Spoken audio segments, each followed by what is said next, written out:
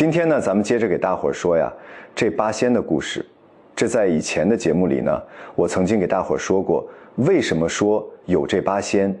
你看中国这个神仙呢，不少都高大上的玉皇大帝啊、如来佛祖啊、太上老君呐，还有孙悟空这样的天造地就的精灵，石猴从石头里蹦出来的。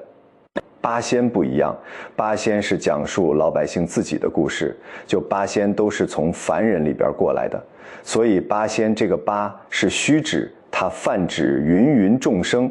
那么这八仙代表芸芸众生哪个层面呢？男女老少、贫贱富贵。当然这个说法不一啊，男为吕洞宾，女为何仙姑，老为张果老，少为蓝采和，富为韩湘子，贵为曹国舅，贫为汉钟离，贱为铁拐李。男女老少，贫贱富贵。但也有不同说法呢，说蓝采和代表穷，韩湘子代表少，说那谁代表富呢？这就咱今天要说的有争议的。有人认为这里头那汉钟离啊，就梳两个抓阄，露着大肚子，扇着蒲扇，说这位应该代表这个贫，说没钱嘛，穷叮当响。有人说不对，他过去大将军出身，有钱，而且他会点石成金，应该代表着富。所以对汉钟离的争议最大，这是第一个。第二个，吕洞宾一辈子度化3000人，何仙姑就是他度化的。汉钟离一辈子只度化一个人，度的吕洞宾，这是八仙里度化人最少的，就他。再有一个神仙，不管怎么说，你是比这个凡人要高很多，你不能整得破破烂烂、邋里邋遢。尤其是汉钟离，那么大岁数个老神仙了，还梳俩小孩的抓抓。大伙儿说你卖什么萌呢？咱今儿给大伙儿讲讲这个卖萌的汉钟离到底怎么回事儿。自称天下都散汉的汉钟离，原是东汉大将，成仙后位列全真道第2祖，又会点石成金之术。那么位高权重的汉钟离怎么会变得如此邋遢？他又为何不顾形象，整日袒胸露肚，头扎压髻？汉钟离在八仙里头呢，资格仅次于铁拐李，就是铁拐李成道在前，汉钟离在后。剩下那几位，你看张果老就是年岁大成仙的时间要远远晚于汉钟离。说汉钟离是干嘛的呢？有人说他姓汉吗？不是，他父姓钟离，单字名权，叫钟离权。由于他是东汉时候的一员大将，所以后人一说他东汉时候的钟离权，简称汉钟离。钟离权将军来了啊！钟离权将军，钟离权将军，岂有此理？嘿，假的骗子啊！你这个卑鄙的小人，竟敢在这儿卖假药！我叫你走，你要是不走，我就杀了你！小人不敢呐！请将军饶命，将军饶命啊！他在东汉时候呢，是一个孔武有力的将军，身体素质非常好。因为这个八仙呢，还对应咱们中国民间这八卦。八卦咱们很多老年朋友愿意琢磨这事儿的，知道乾坎艮震巽离坤兑，代表是乾天坤地，坎水离火震雷巽风，艮山对泽。这个汉钟离呢是离卦离火之象，吕洞宾就乾卦代表天，何仙姑是坤卦代表地，阴阳嘛，所以说吕洞宾跟何仙姑串有事儿，他俩其实就男女这个。所以这个汉钟离呢，离火之象，孔武有力，大将军出身。那么当年呢，他是怎么得到的呢？这有段很曲折的故事，说这个钟离权呢，当时是代表东汉出征，打谁呢？当时少数民族吐蕃兵犯东汉的边境，就如果要再不出兵抵抗，他就打进来了。这个时候呢，东汉的皇帝呢说信得着钟离权，说你很厉害，你去打去。钟离权带50万大军来到边关，跟吐蕃交战，杀得天昏地暗，最后把那吐蕃大将给打败了。第1仗赢了，说第2仗咱定好，明天接着来。可晚上这时候呢，有这探子来报来了，将军呐，我看吐蕃大营那有动静，没准晚上准备夜袭咱准备准备。钟离权一听，防人之心不可无啊，准备吧，告诉大家外松内紧，小心戒备。等了大概有2个时辰没动静，钟离权一琢磨，咱主动出击，这么着吧，咱先看看去。钟离权胆子也大，告诉这探子，你头前带路，我去看看他们的情况去。这探子说，我刚才也看了他这营里头来回调动兵力，不知道干什么。就这么，钟离权跟着这探子离敌人大营大概有那么2-3里地左右，有个小山包，俩人到这山包顶上呢，钟离权搭凉棚往下看，一看呢，这吐蕃大营里头啊，灯火通明，干嘛呢？钟离权熟读兵书战策，一看这个吐蕃这些兵干嘛呢？排阵，排什么阵？八卦阵。这个八卦阵不是说从诸葛亮才开始的，自打这个伏羲文化八卦就有这个，所以咱们你看，有人一听评书说这个摆阵，一字长蛇阵、二龙出水阵、天地人三才阵、四门斗底阵、五方阵、六丁六甲阵、七星迷魂阵、八卦阵、九宫阵、十面埋伏阵，说这都兵书战策里都有的。但钟离权当时挺吃惊，说这个少数民族南夷之族缺乏教化，怎么还会这个东西呢？看着看着，钟离权乐了，说我还怕他不摆这阵儿，为什么呢？他不得要领，光学了个皮毛。而钟离权知道八卦阵要害在哪儿，一看吐蕃这调动，完全不懂这个阵法精髓，放心了，回去睡觉去了。第二天两军对垒的时候，钟离权按照兵书战策里的，把吐蕃杀了个大败。吐蕃当时10多万兵力，也就剩下几万被他打得稀里哗啦，这等于是旗开得胜，马到成功。回到营里头喝酒庆祝吧。到晚上的时候，突然间外边人马喧哗，钟离权说怎么回事？不都给他打退了吗？怎么回来这么快呢？嗖嗖嗖射进来几支火箭，就箭上啊绑上那个火苗射进来了。这几支火箭成不了大气候，烧不了多远。钟离权也没当回事儿，他准备把迎敌。可是突然间，本来一点风没有的，这傍晚一下子起了西北旋天，起了大风。这风一刮，风借火势，火借风威，噼噼啦啦，噼噼啦啦，火烧连营。这火怎么都扑不灭了。这时候吐蕃大军突然间出现，掩杀过来，把汉钟离这50万大军杀了个溃不成军。汉钟离跑出来，到了一个山坳后头，坐在那儿，越想越窝囊，悲从中来。我说干嘛？你说说。我本来以为稳操胜券的，这哪来这么场大风？这大风从哪儿来的呢？不是别人，是他的道兄坑他。谁坑的？怨铁拐李。你是怎么混入我们军营的？贫道是从天而降的，混账！你给我快点说，你到底是怎么混入我们这儿的？我说的是事实，信不信由你。你有办法使我们打胜仗？不错，好，如果你讲出帮我们打胜仗的办法，我就赏你黄金万两。好，有人说不对，铁拐李跟汉钟离都八仙里头的，都朋友啊，兄弟啊，这怎么还胳膊肘往外拐，坑自己人呢？哎，这咱得补叙一下。汉钟离这么个角色，当然都是在成道之前。说这个汉钟离是前世是干嘛的呢？他为什么输了2个童子的小抓阄呢？他上辈子是太上老君呐，看青牛的童子。咱们可能有人看《西游记》知道说太上老君身边有几个童儿，那青牛精不下界了吗？切，哎呀，老君，你的牛跑了，牛跑了，这个孽畜跑到哪儿去了？醒醒，醒醒，醒醒，醒醒！你怎么睡着了？爷爷弟子错了，那牛上哪儿去了？爷爷弟子在您的丹房里捡到一粒丹，吃了就睡着了，不知这牛何时丢的。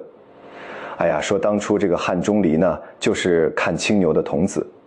有这么一天呢，铁拐李是当时成道之前叫李玄，经常找太上老君。太上老君就是他等于博士生导师。有一天呢，铁拐李呢到太上老君洞府一看呢，老君不在，他待着没事啊，就跟汉钟离聊天。看青牛的童子说，咱俩闲着也闲着，下雨天打孩子闲着也闲着，你这样吧，你那个青牛不拴着呢吗？你把它放开，咱俩你骑一会儿，我骑一会儿，玩吗？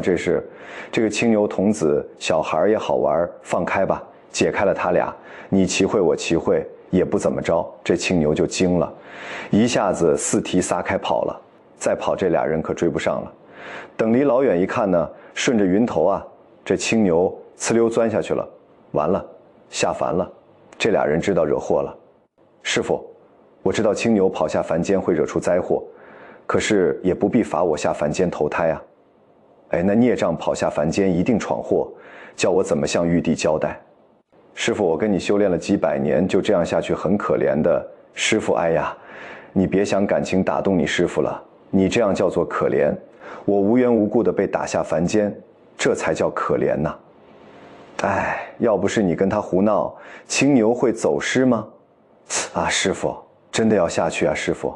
哎，天救自救，要不是我在玉帝面前求情啊，你恐怕连下凡投胎做人的机会都没有啊，省点力气吧。所以等于铁拐李这事儿啊，坑了汉钟离一把。那么这个时候说，为什么铁拐李在打仗的时候还害汉钟离一把呢？这铁拐李这回正在这附近呢，游仙访道，一看汉钟离打了一场胜仗，坏了。这场胜仗一打，汉钟离班师回朝，皇上肯定加官进爵赏赐他。这一赏赐他完了，10丈红尘陷得更深了，上马赠金，下马赠银，用不尽的美女荣华富贵，他还能再修道了吗？得，我不能让他打胜仗，我得让他打败仗，他就悟道了。所以这铁拐李呢，先跑到吐蕃大营，告诉你今晚上若偷袭必能成功。然后第二件事就是你放火箭，我在这儿给你吹风。一场大风一下子把东汉50万军队杀得丢盔卸甲，溃不成军。这汉钟离这个时候打了败仗，他心高气傲。这人一受挫折，你记住，越是自傲的人，那受打击越大。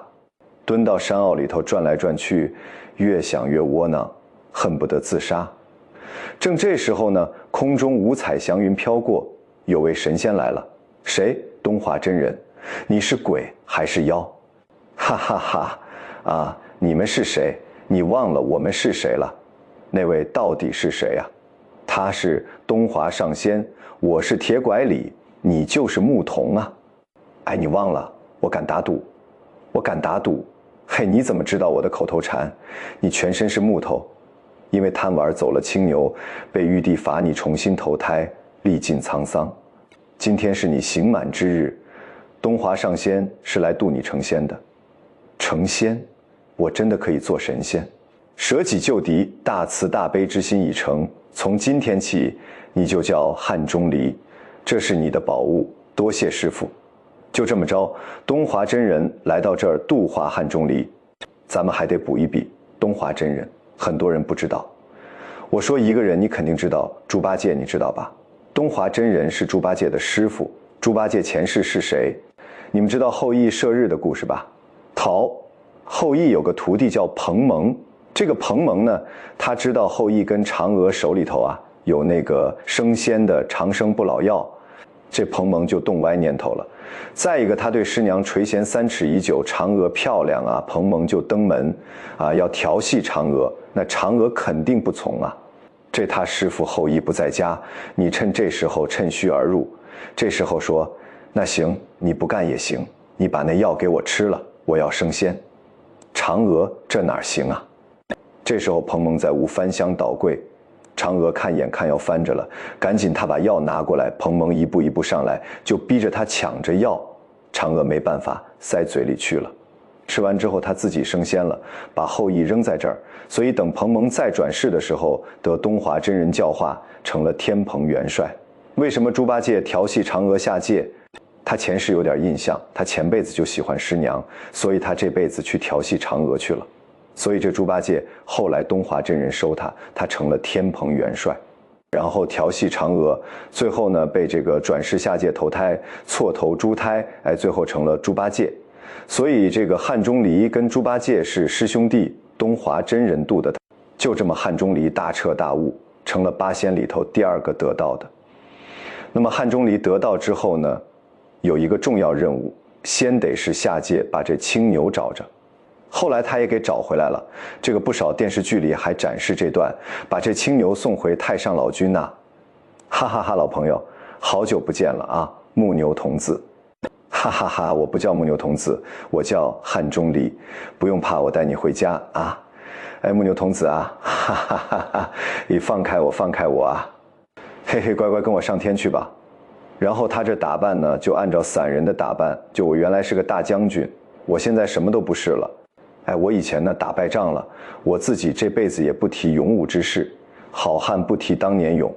他把自己弄得邋邋遢遢、懒懒散散，他梳着2个抓着，就保持太上老君青牛童子时候那装扮。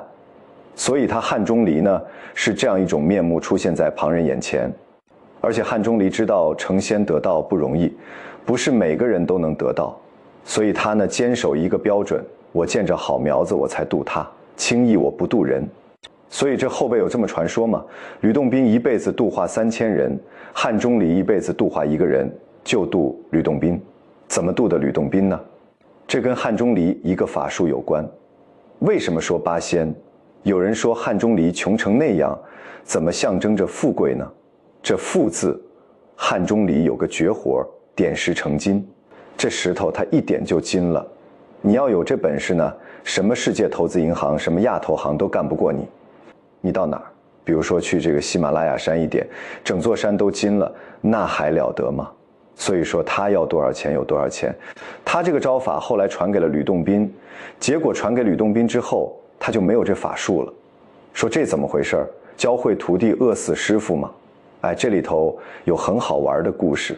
说这个汉钟离带吕洞宾修道，修道刚收吕洞宾为徒的时候呢，他给吕洞宾个包袱，说你呀背肩膀头上，你记住，你跟着我这些年，身边须臾不可离了此物。睡觉你都得搁枕头边上，只要出门走你就背身上。你想这包背起来特别沉，得有几十斤。吕洞宾呢也是走道非常难受，累得直上喘，肩膀头都磨秃噜皮。有这么一天，汉钟离带吕洞宾登山，汉钟离轻手利脚，什么也不带，健步如飞上山。吕洞宾背这么沉个包袱啊，这一步一磕头似的往上走。汉钟离到了山顶了，再回头看吕洞宾还在半山腰呢，但是一看吕洞宾呢不辞辛劳，一步一步呼哧带喘的上来了。汉钟离很高兴，就说：徒弟啊，你还真有这毅力，看来你是一个得道之人。说着说着呢，吕洞宾说：师傅，我背太沉了，能不能撂下歇会儿？后来说可以啊，他就把这包袱摘下来往地上一放，结果这是个斜坡，咕噜噜噜，这包袱就咕噜下去了。吕洞宾一看这咋的，赶紧跑下去追，结果这包袱一直咕噜下的有几十丈，啪，碰到边上一棵树，啪，这包袱就散开了。等到吕洞宾定睛一看呢，包袱里是什么？一块石头，把吕洞宾气坏了。我这师傅这不逗孩子玩呢吗？我以为给我这包袱这是法器，这是无上的宝物，可能我得到之后这就我的东西了，这得多珍贵。这么一块烂石头，回身一看呢，汉钟离下来说：师傅，你是不是逗我玩呢？你怎么让我背3年这么块大石头，把我累成这样，累得跟孙子似的。汉钟离说：你不知道这是个宝物。说：怎么是宝物？你一来看，啪一伸手，这石头金光闪闪，变成一块金子。这么大个金子，吕洞宾一看，是神啊，师傅，你哈利波特啊，你怎么还会这个呢？汉钟离说：我这个呀，点石成金之术，今天我就教给你。于是念动口诀，告诉吕洞宾怎么样能点石成金。吕洞宾可也学会了，突然间来了句：师傅，学会了这儿我也不使他。为啥？这个不仁义，不道德。汉钟离说：怎么个不道德？他说：师傅你想想，你这金子有有效期，别的金子千秋万载都是金典，这玩意儿300年保质期就过了，300年以后它又回成石头了。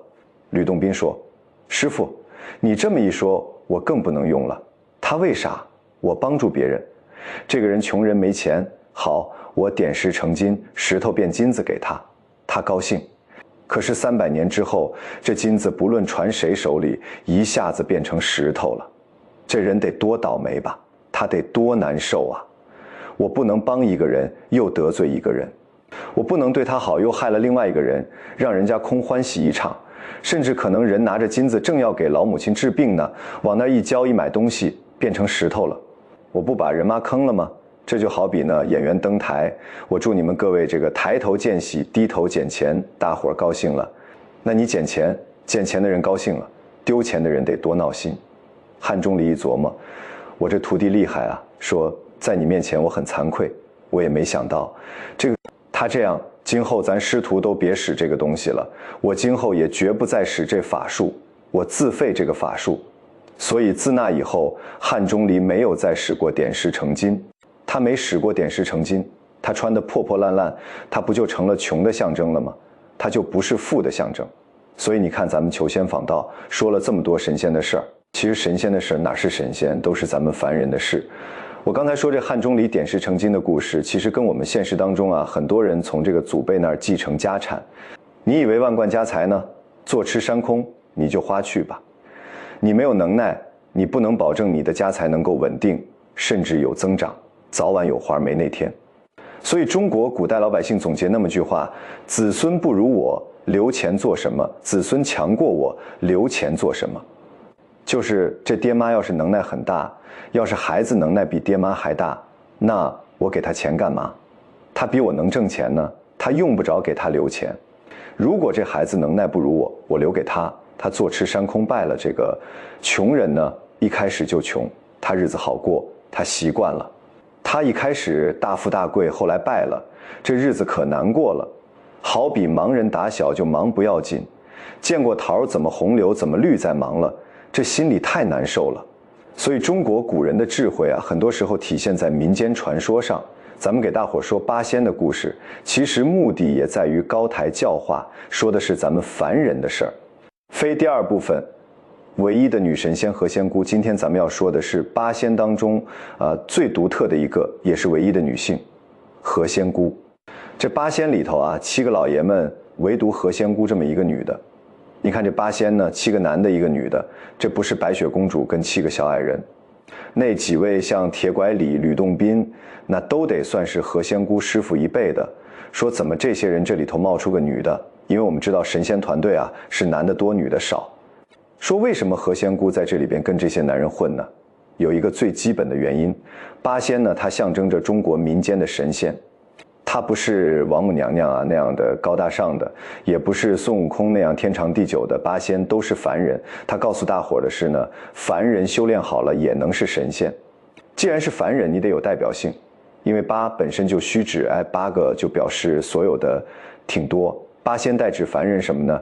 男女老少贫贱富贵，男吕洞宾，女就何仙姑，老张国老，少蓝采和，富韩湘子，贵曹国舅，平汉钟离，剑铁拐李。八仙分别代表男女老少贫贱富贵，何仙姑就代表着女的。有人说啊，原来是为凑数，也不是，男女搭配，干活不累。自打八仙里有何仙姑，那有意思事儿多了去了。咱今天就给大伙说说这何仙姑作为女神，她的难处和乐处。何仙姑是八仙当中唯一的女性，现实中关于她身世的说法众多，那么究竟哪一个才是何仙姑的真实身世？八仙之中又为何只有她一名女神仙？韩湘子、吕洞宾又跟何仙姑有何绯闻？说但凡叫女神呢，这人就不一般了，往往男的好为她转，或者崇拜她，或者追求她。那么何仙姑呢，作为女神，这个男女的事儿谁也免不了。这八仙里头经常在一块儿待着，她跟7个老爷们有3位和她没有任何关系。哪3位？张国老太老了，曹国舅眼界高，他国舅看不上别人，汉钟离太古怪。这3位跟何仙姑没有任何关系。剩下那4位，铁拐李、蓝采和、韩湘子、吕洞宾，都和何仙姑传出过绯闻。你看这个神仙有绯闻，照理说神仙修成之后早无男女之欲，无男女之事了。但是呢，民间传说要不给你弄出点色彩来，大伙儿传着也没意思。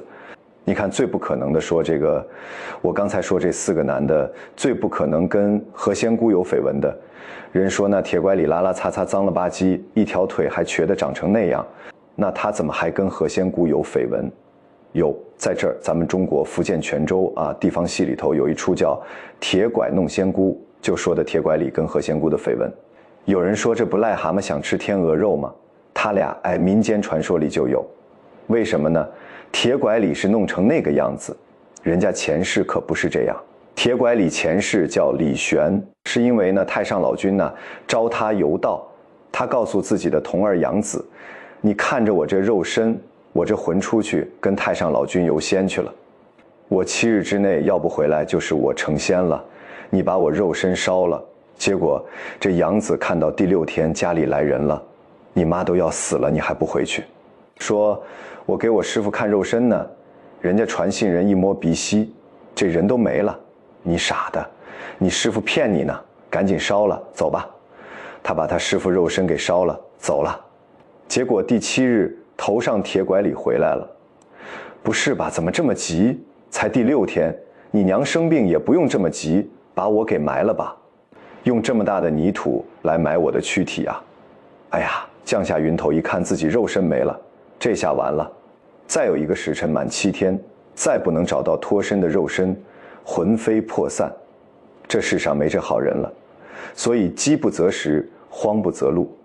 在河边一看有个乞丐啊，饿死了，没办法钻进去了，钻进脱身，一个乞丐起来之后到河边洗脸一看，哎呦，模样全变了。所以说人家铁拐李上辈子是个大帅哥，还是高富帅，有钱呢。所以这个传说不是一点道理没有。当然面很窄，我估计电视机前绝大多数观众朋友没听说过铁拐李和仙姑有绯闻。那么第2位就蓝采和。蓝采和不是小孩吗？不是。在当年呢，咱们电视台播过一部电视剧叫《八仙过海》，这个70后、60后都看过，80后可能都没看过。那歌很好听。那里边当时那里就蓝采和痴恋何仙姑，就蓝采和已经17、18了，就喜欢何仙姑。何仙姑为了修道就不答应他追求，蓝采和整天喝得醉酒醺醺的，还为何仙姑要跳河。就是那个电视剧里有这么一段，仙姑啊，郭大婶什么事儿啊？蓝大哥跳河自杀了。什么？怎么会这样呢？我听人家说呀，说他一个人在望江楼喝酒，谁知道跟了钟离上河边去。有个道士呢，不知跟他说了些什么，他就跳到河里去了。人家说他是自杀。然后再一个，韩湘子跟这个何仙姑有绯闻，这个很多人听说。这个传说为啥呢？韩湘子呢出身富贵人家，知书达理。韩湘子强项是什么？吹笛子。说这韩湘子呢有那么一个民间的故事，说韩湘子跟何仙姑呢本是一对夫妻，就双方啊两家定的娃娃亲，俩人结婚了。结婚了，韩湘子一心修道，整天参禅打坐的，不近女色。就何仙姑说，咱俩2口子总得一屋睡，不合法，我修道去。所以这何仙姑其实等于是守了活寡。后来韩湘子呢果然修道成仙了，把何仙姑一个人给撇下了。何仙姑孤苦伶仃，多亏是什么呢？韩湘子他叔叔就是唐宋8大家之一的韩愈。其实历史真实是什么呢？韩愈是韩湘子的，就等于爷爷辈的，就韩湘子是韩愈的侄孙子。这何仙姑呢，就是到这个韩愈府上呢伺候叔叔婶婶。结果韩愈呢有一次呢，在朝廷里议政啊，惹恼皇上了，皇上把他贬到潮州。说白了就是从长安呢，现在西安呢一下给弄到广东去了。你看现在广东是改革开放前沿地带，发达，那会广东啊蛮荒之地，所以给他贬到潮州去。说白了就是到最偏僻的地区给你个官儿，跟发配也没区别。所以韩愈当时心情啊很是悲愤。从这个长安出来，这不是往南陕西，往南就到秦岭了吗？秦岭里头呢有那么个地方关卡叫蓝关，他驾着这车，何仙姑就说，我这一道您老2口怎么办呢？我伺候您吧。到那地方跟着这车走，到了蓝关这地方天降大雪，这车呢卧在这雪沟里头走不动了。这个时候韩愈就病倒了，病倒了之后怎么的，吃药啥都没用了。这时候何仙姑想起来呢，说民间土方子，晚辈要能把自己肉割下来做碗肉汤，那长辈吃的就好。其实这个天地君亲师这种孝敬之道都有。传说里头咱知道清明节的由来，那不就是当初春秋战国时候，晋国晋文公重耳流亡列国的时候，他有个臣下叫介子推，也叫介之推。一看重耳都要饿死了，从大腿上切一块肉来熬汤给重耳喝下去了。介子推到山沟里，把腿上的肉割了一块，与采摘来的野菜同煮成汤给重耳。就这样，介子推保住了重耳的命。重耳后来当上了王了。再找介子推呢，带老母亲躲到山西介休那地方绵山躲那里边去了。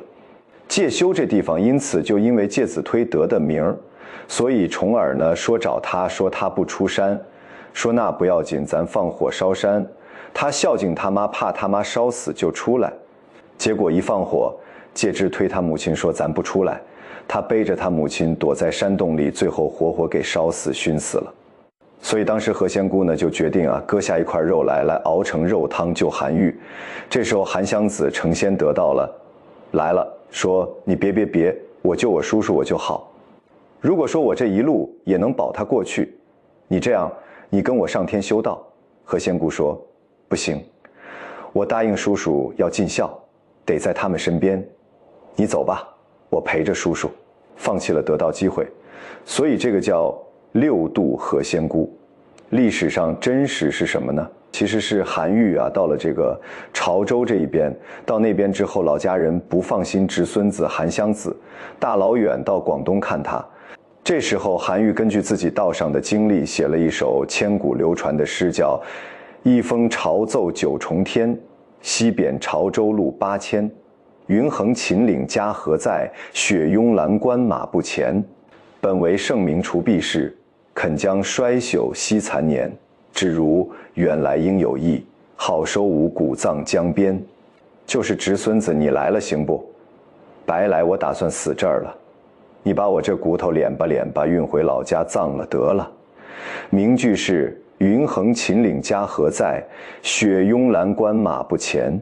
说的韩湘子和何仙姑上世有夫妻之情。那么2009年呢，香港呢拍了部电视剧叫《八仙全传》，里头也说韩湘子和何仙姑俩人青梅竹马，情投意合。结果呢，何仙姑她母亲呢财迷，看上一户姓冯的人家，人家有钱，就要把何仙姑嫁给姓冯的少爷。马公子真是大手笔前来提亲一定要有诚意嘛。哎呦，这对玉镯是我一点小小的心意，希望小云姑娘能够答应这桩亲事，做我的三夫人啊。马公子，小女子天生是一副克夫相，难道你不害怕吗？体怕什么？我可以跟你说呀，我先前2个夫人实话跟你说，就是被我克死的。哎呀，咱们俩是相生相克，天生的一对对呀，哈哈哈，一个克夫，一个呢克妻，2个凑在一起，你们才能白头到老。既是这边母亲逼着她嫁，那头韩湘子一往情深，难以割舍何仙姑，两边为难，最后得我一心修道，两边斩断情缘。韩湘子一看你修道，我也修道，俩人一块成了仙。所以这是何仙姑跟韩湘子的绯闻故事。但流传最广的是吕洞宾的何仙姑，因为何仙姑就是吕洞宾度化成仙的，他俩之间的绯闻是最多的。当然这里头呢，一个是他度化他，再一个是吕洞宾在民间有名，一见到漂亮女的就走不动道了，说吕洞宾好色。其实这个呢不是绝对的，因为我刚才说八仙除了是男女老少贫贱富贵以外呢，八仙还对应着八卦，乾坎艮震巽离坤兑，吕洞宾是乾卦，乃纯阳之象。所以吕洞宾呢，道号纯阳子，也有叫纯阳老祖的，说他使一把剑叫纯阳剑。说吕洞宾是乾卦，何仙姑八仙里唯一女的是坤卦，乾坤交泰，男女阴阳调和，这象征着世间百态。所以他俩一阴一阳，一乾一坤，就容易让人引发这个丰富联想。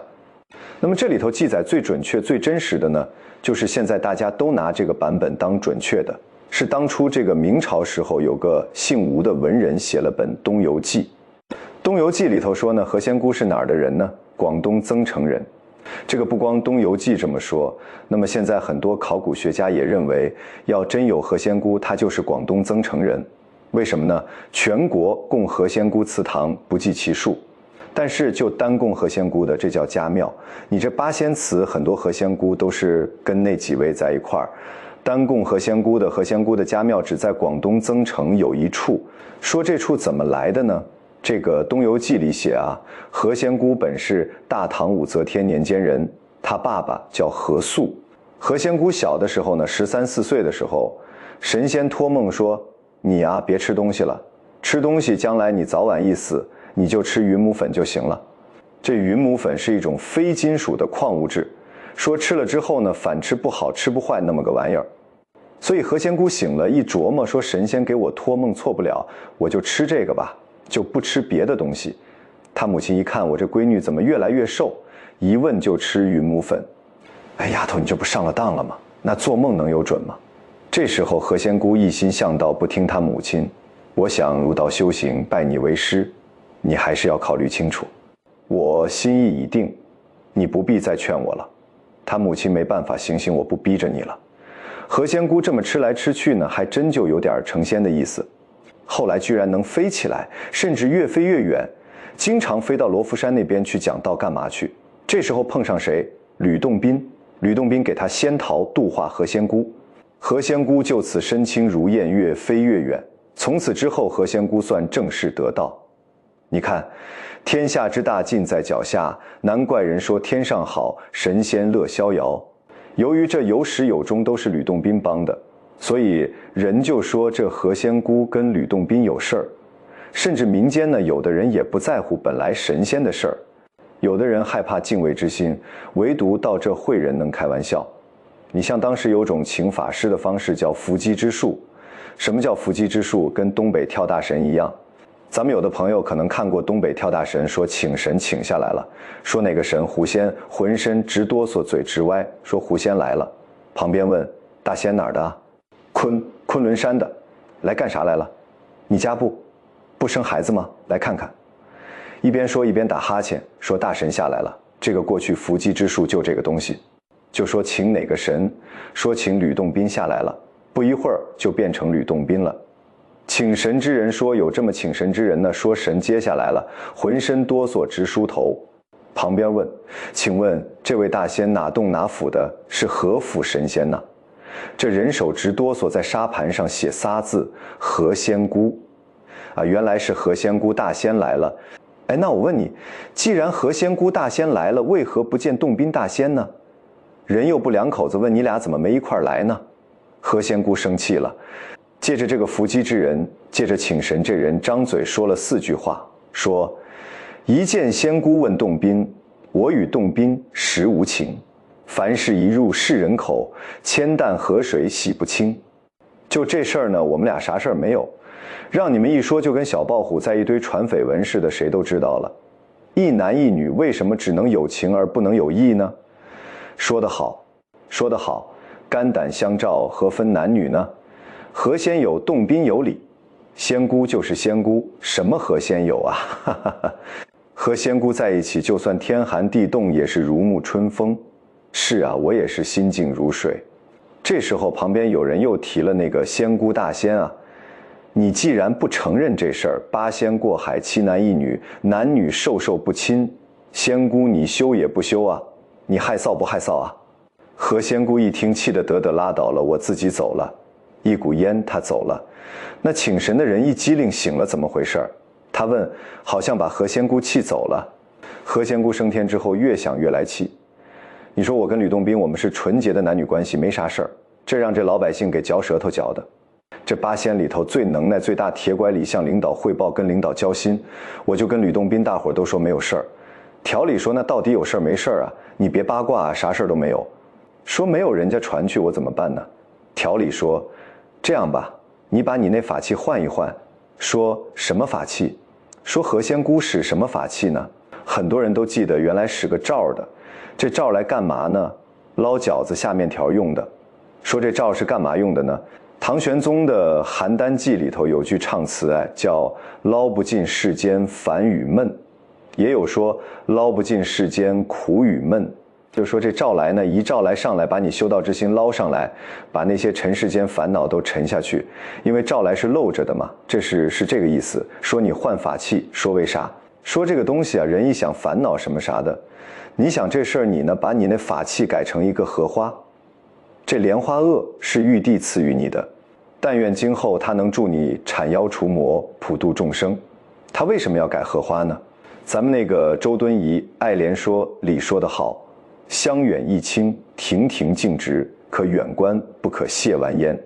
就这荷花乃花中之君子，莲嘛，圣洁。意思我美而不妖啊，我不是你们想象那样的男女上怎么的，我是很纯洁的。所以你换成这个，大伙就认可你啊，冰清玉洁。所以自那以后，何仙姑把法器由这照例呢改成荷花。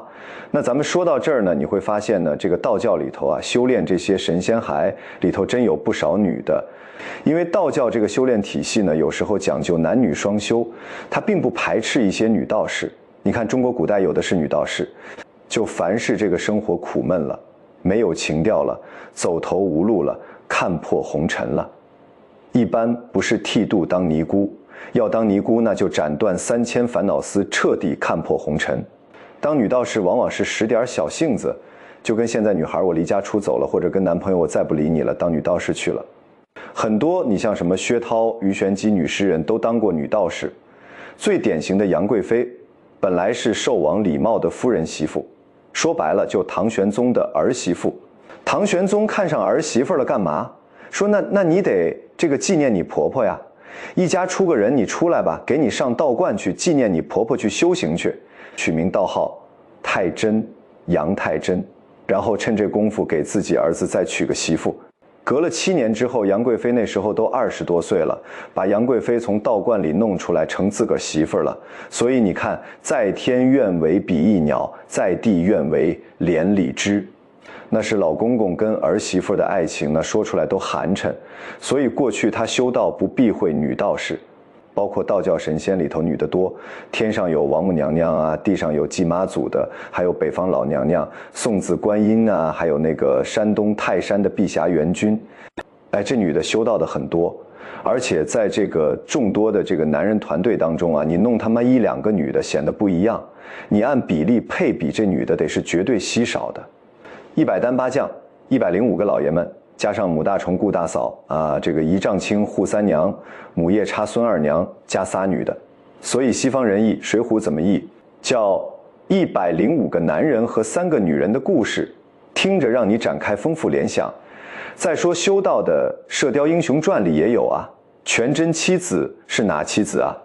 丹阳子马玉，长真子谭楚端，长生子刘处玄，长春子丘处机，这个玉阳子王处一啊，广宁子郝大通，最后清净散人孙不二。女的，这孙不二跟马玉出家之前是2口子，有人说这个就象征着吕洞宾和何仙姑，所以这种象征方式呢，其实也是符合中国人传统概念。哎，要修道，他男女得在一块儿，跟现在是男女搭配干活不累，其实是一个道理。所以八仙的传说呀，有很多凡尘的色彩，咱不能按照那种神仙体系的高大上来往八仙身上套。所以八仙身上着了很多人间的烟火气。我们当年读书的时候呢，看过电视台播的老版的《八仙过海》，那一版就是把八仙人间的事儿都反映出来了。其中有句歌词还叫“神仙是人做”，它反映的就是人间疾苦，最后上升到神仙的领域的一种正常的镜像反射。